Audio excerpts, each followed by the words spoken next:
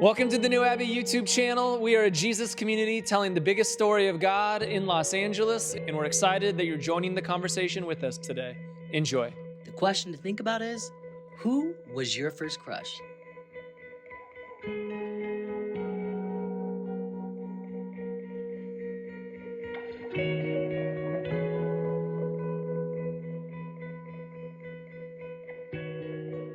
Give it to us. Who's your first crush? Your third grade teacher?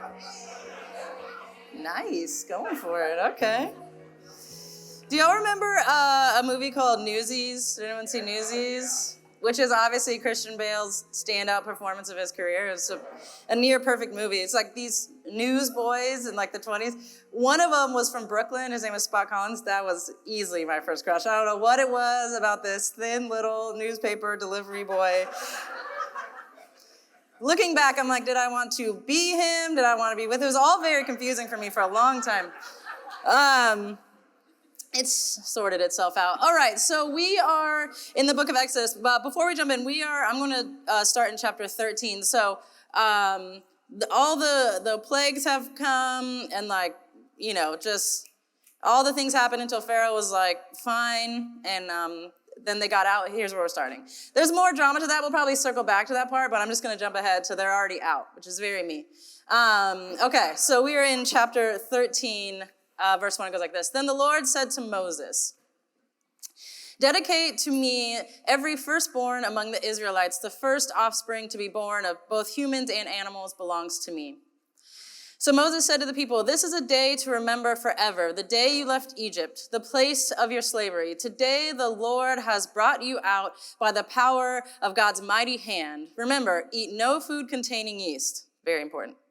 "On this day in early spring, in the month of Abib, you have been set free.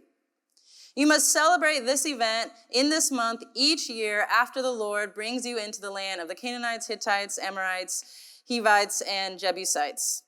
God swore to your ancestors that God would give you this land, a land flowing with milk and honey.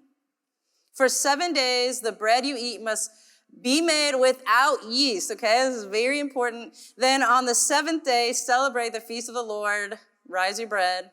Eat bread without yeast during those 7 days. In fact, there must be no yeast bread or any yeast at all found within the borders of your land." Like, honestly, no yeast in the bread and no yeast in your house. We're going in. "On the 7th day, you must explain to your children, I am celebrating what the Lord did for me when I left Egypt. This annual festival will be a visible sign to you, like a mark branded on your hand or your forehead. Let it remind you always to recite this teaching of the Lord. With a strong hand, the Lord rescued you from Egypt. So observe the decree of this festival at the appointed time each year." So I want to talk about yeast. I'm just kidding. It was so funny reading that. And I'm sure there's, I don't know, reasons, lots of reasons for these things. But just hammering down that point and realizing that this passage is saying, you must remember this moment. You must create a ritual around remembering when the Lord delivered you from Egypt. Meaning, you must do something to shake up your life, because I know we've all been there. Something amazing happens in your life, or something you prayed for or you wanted, and then you're like, I'll never forget this. And then you never think about it again. So do something that shakes up your regular routine, because you have to remember that the Lord did what the Lord said they were going to do, and they delivered you from Egypt. So don't put any yeast in your bread. And if you're looking around, you're like, why is my bread so flat? Oh my God, yes, God delivered me from Egypt, right? You have to create rituals around remembrance. And that's what I want to talk about this morning.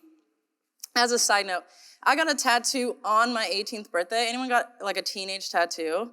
And I was super Christian. So I actually have the word remember in Hebrew tattooed on my back. And that is a thing I don't know why I'm sharing, but if you see me in a backless shirt, which is also not probable, that's what it says. So I just, last week, my wife and I celebrated our 5-year anniversary. I know, cute. And we decided along the way that every anniversary we reread our vows and we like watch our wedding video and we have this cute moment. But it was so, I don't know what it was about this year, but we're sitting there and we're reading our vows, and every time we read our vows, it takes me right back to that moment of standing there, getting married to my wife, and so many feelings come because I was in Egypt. There was a time where I was like, have a wife, I'm never gonna be able to come out, right? I can't be me, and then I'm not gonna meet anyone, and then all these, we have so many barriers, and then we lost a lot along the way, and it wasn't perfect, and then we got to stand there and say these vows in front of all of our family and friends, and now we're out here celebrating our 5-year anniversary, and it was such a beautiful moment. And we do that for us. We do that not because our marriage, like if you do that and you don't put yeast in your bread and you read your vows every year, then your marriage is going to be perfect and then nothing's ever going to be hard and God's always going to do exactly what you want and it's like some magic potion.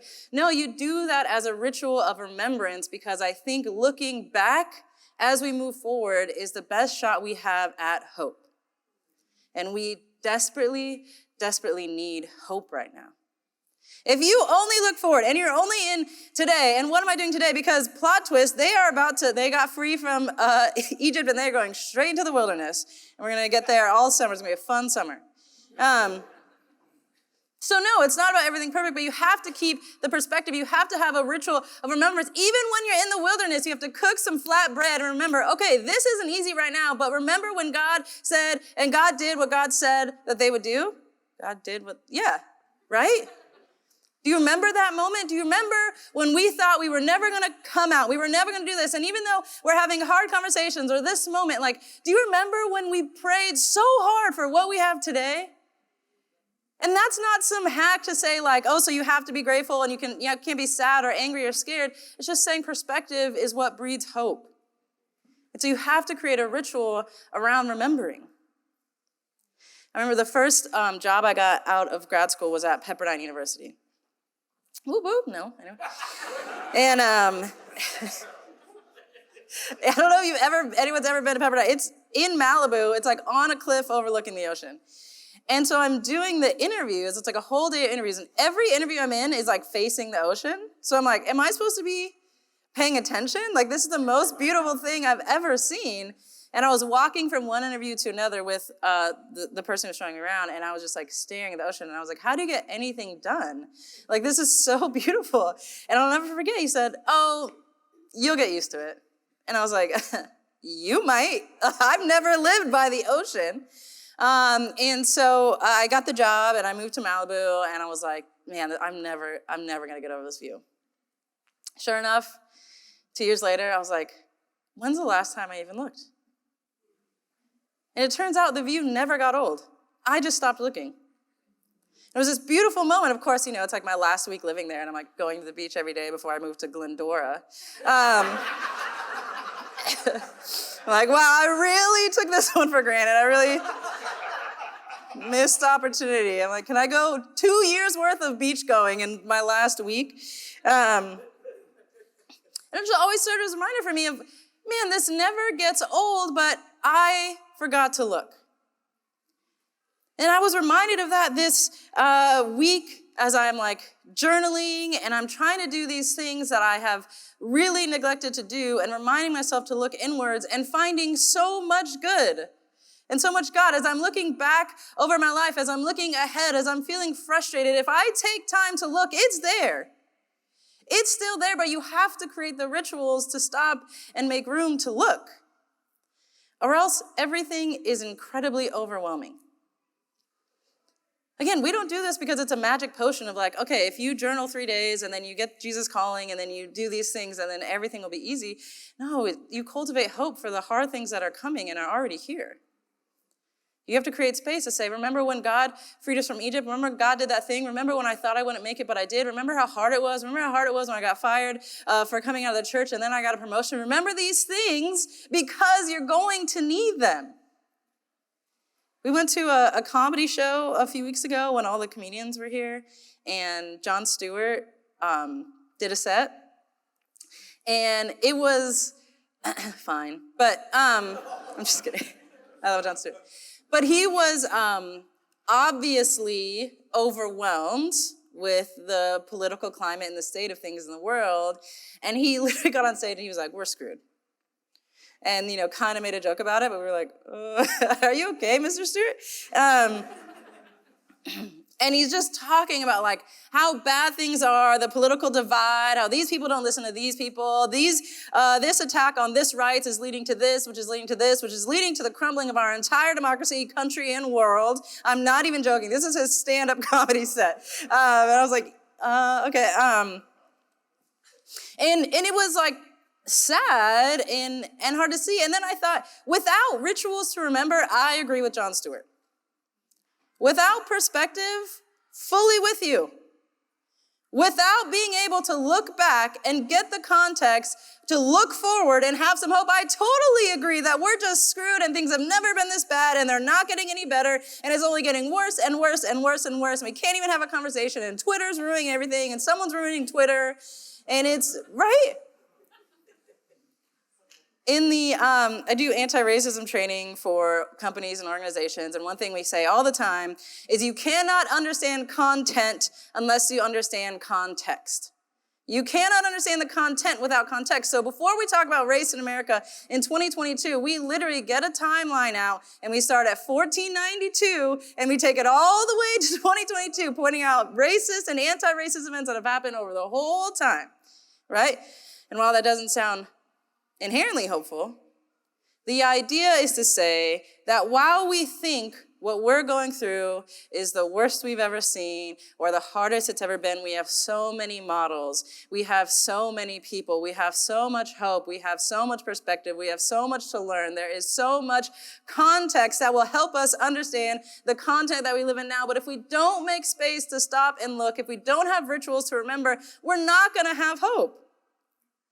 And that's how so many people right now in my life feel. It's like, we're screwed, it's getting bad. And it keeps getting worse. And I'm like, no, look at some perspective. Get some history. Create some rituals to remember, not only in your own life, in your relationships, in your family, like not only there, but historically, socially. We're not screwed unless we think we're screwed. It's very Enneagram 7 talk. But I love this passage. It's like, wear it like a brand on your hand, a stamp on your forehead that says, no matter how deep in the wilderness I am, no matter what's going on, I am going to create rituals to stop and look and remember that time we got out of Egypt, that time we did this, that time we did that. Honestly, looking at an entire timeline of colonized U.S. history as a person of color is not awesome. But then I think, it's a miracle that I'm here.